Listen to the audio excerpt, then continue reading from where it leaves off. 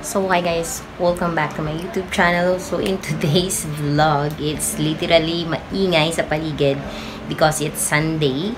So today is, if I'm not mistaken, it's April 7, 2024.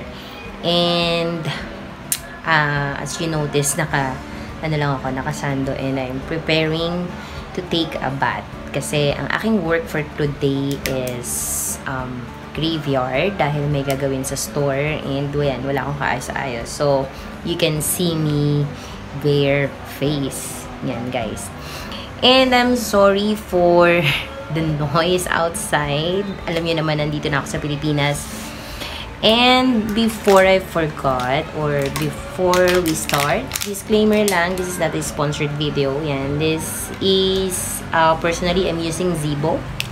Zeebo is a local brand here in the Philippines and I bought it for 99 pesos. Nakabila ko ng 3 bote nito. So, this one is finished. This one is new. I have to open it today kasi nga I will have to take a shower. I'm using it for, yan, on my arms, yan. Kasi hindi ko siya ginagamit sa mukha ko.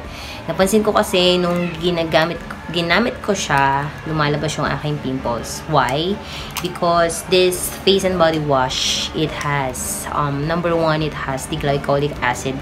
Glycolic acid, guys, teka, post ko lang kasi may aeroplano.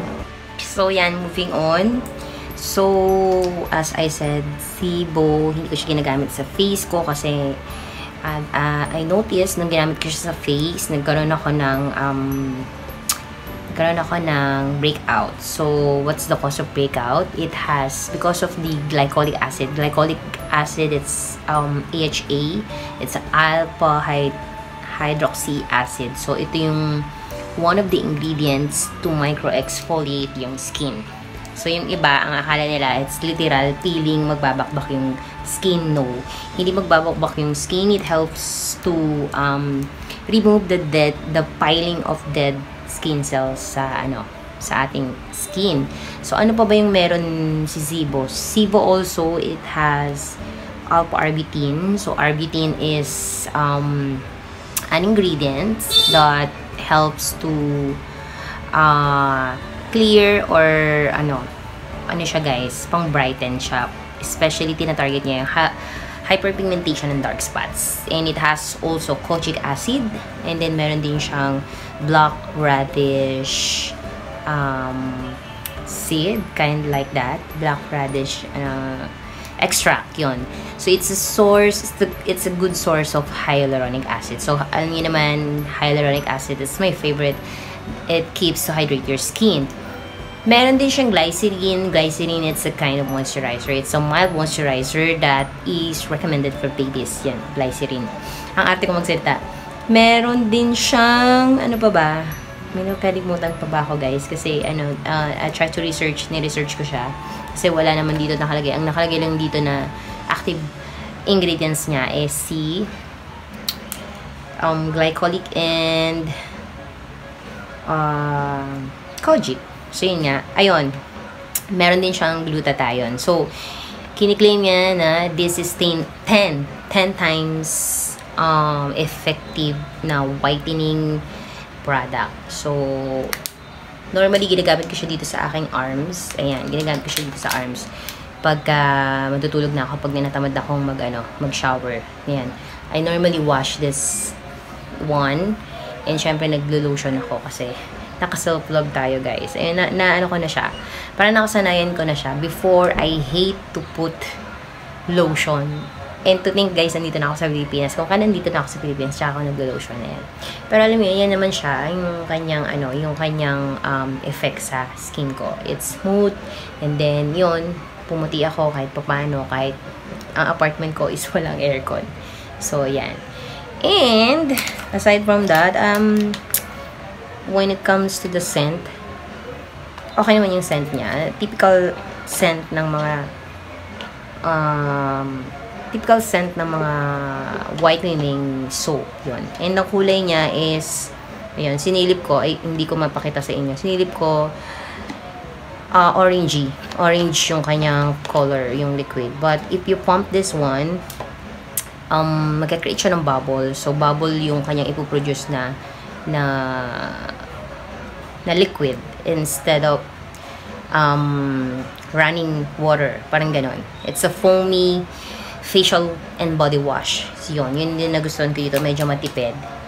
And, ano ba? Sometimes lang, minimal. Not always. Parang once a week ko ginagamit siya sa face. Ayan, may aeroplano na naman guys. I'm so sorry, I have to cut this. Tingnan na nga, bilisan na natin. Ayan, madilim na sa labas. Madilim na ba? Medyo madilim na sa labas. Ilaw yan ng ano ko ng apartment. Yung nakikita nyo. So yun nga, once a week ko lang siya ginagamit dahil nagbe-break out ako because it has a glycolic. Kasi parang recently napansin ko if the skincare may glycolic, lalo na kung mataas yung concentration, hindi naman naka-indicate kung ilang percent of glycolic yung nandito, nagbe-break out talaga ako. Maganda naman yung pag nagbe-break out ka kasi it means it removing, tinatanggal niya yung dirt sa mukha mo because it's a deep exfoliating. So, ayun, dahil nga nag-filing na yung mga dead skin sa mukha natin. It cannot be seen by the naked eye. Yung sinabi ko, nag-filing ng dead skin cells. Yun kasi guys, yun nagkakos ng whiteheads, blackheads, and then pag na-trigger na siya, it can cause also an acne. Yun. So, I think that's it for today's video. Mabilisan lang kung mapapansin nyo, meron akong ganito. Ayan, napansin ko din sa sarili ko because I'm on lifting and gym tayo guys. So, ngayon, I'm building my muscles. Ayan, medyo law-law pa yung dito but I can see that medyo toned na yung aking arms. Kasi ito yung aking binibuild ng strength, itong arms ko. Hindi, dumbbells pa lang yung gamit ko guys. So, kaya yan pa lang yung kaya kong wala pa ako dun sa mga pulling machines and ano pa ba. Meron pa kasi yung pang-arms talaga, yung mga pang-pull. Hindi ko pa siya gano'n ginagamit. Nakapokus pa ako sa dumbbells. So much for that. Ayan, Zibo. Thank you. Baka naman. This is not sponsored I bought it on my own packet. Kasi nga, if you check sa Lazada and Shopee, ang kanyang price range, minsan nagsisale siya 150, minsan naman 300. Depende sa seller. Ewan ko kung may fake nito. And this one is exclusively distributed by Zibo Philippines Incorporated. So, yung company or parang kung saan to pinoproduce is sa Santa Maria, Bulacan. And alam niyo naman, nasa Bulacan ako, kaya siguro mura ko lang to nabili or something. And I tried to visit yung website nila, jjskinsense.com, but it's not already, parang hindi na siya gumagana. Hindi na siya gumagana, guys. Siguro, I don't know, kasi once you have a website, it has a domain, so you have to pay it yearly, parang ganon. Alam ko may mga ganon because I was a computer programmer. Computer programming, yun yung course ko before, but I didn't pursue it. So, ayan, lumalayo ng aking topic. Thank you for watching. Please don't forget to subscribe to my channel. And thank you pa rin sa mga sumusuporta, although kumukonti na yung viewer ko. But still, thanks God, this channel is still here and alive.